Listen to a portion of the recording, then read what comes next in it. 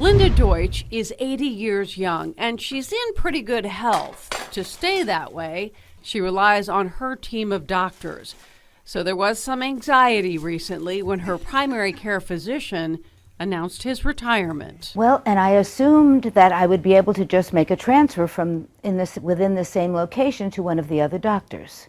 And I was told, no, they don't accept new patients. So I started doing my research and started calling to other, locations. And finally at Monterey, they said, oh yes, we have 3 doctors that are accepting new patients. I said, great, may I make an appointment? And I said, yes, the first available appointment we have is November of 2026. Well, at my age, a year is a long time. And Linda's experience is not unique, and that's assuming that you can find a doctor who's taking new patients. The shortage of doctors only projected to get much worse over the next 10 years. We've done a terrible job in this nation in having adequate numbers of providers. I've seen numbers, and even in the last few weeks, there were between 80 to 150,000 providers short, physicians short in this country. This is affecting access. We have to pay more for providers. I think there needs to be a huge investment in workforce. That is Dr. Alan Radner, CEO of Salinas Valley Health, delivering the keynote address at a recent economic forum at Cal State Monterey Bay.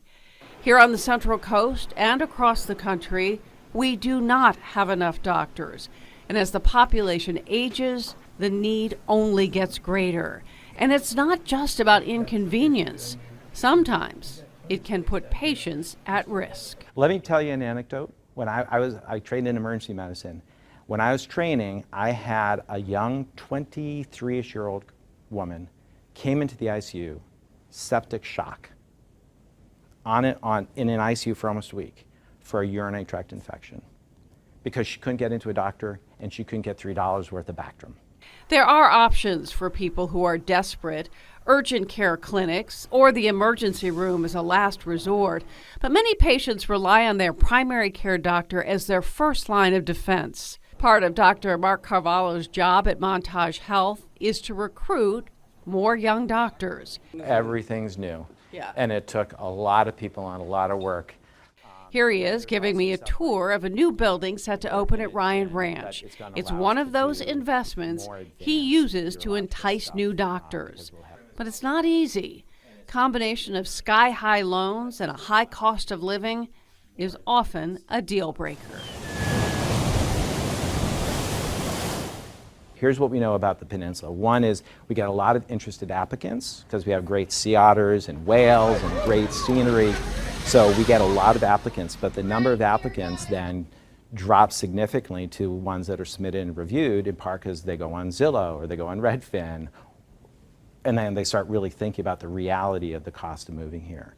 Imagine you're 8 years out of training, you did 4 years of college, 4 years of medical school, 3 to 5 years of residency, now you're at 10 to 11 years out, and we were talking about that earlier, and now 8 years into his training still owes $350,000. And that comes off the top. For a young doctor, that off the top can often mean $3,000 to $4,000, even $5,000 a month in loan payments alone. And it's not just the peninsula. It's South County, Santa Cruz, San Benito County. That high cost of living is daunting. So that is the challenge: how to train more doctors and how to recruit more doctors. Healthcare systems have to aggressively recruit, offering signing bonuses, help with housing and loan repayments. It's complicated and expensive. But for patients like Linda, there is an urgency. She did finally get a new doctor, but she feels for those still struggling. I'm really lucky, but what does somebody do if they're in dire straits? Or what if someone just came to the area and needed a doctor? I mean, there's a year's wait. What are they supposed to do? And that, of course, is the million-dollar question. Tomorrow night, a closer look at what it will take to train and recruit more doctors.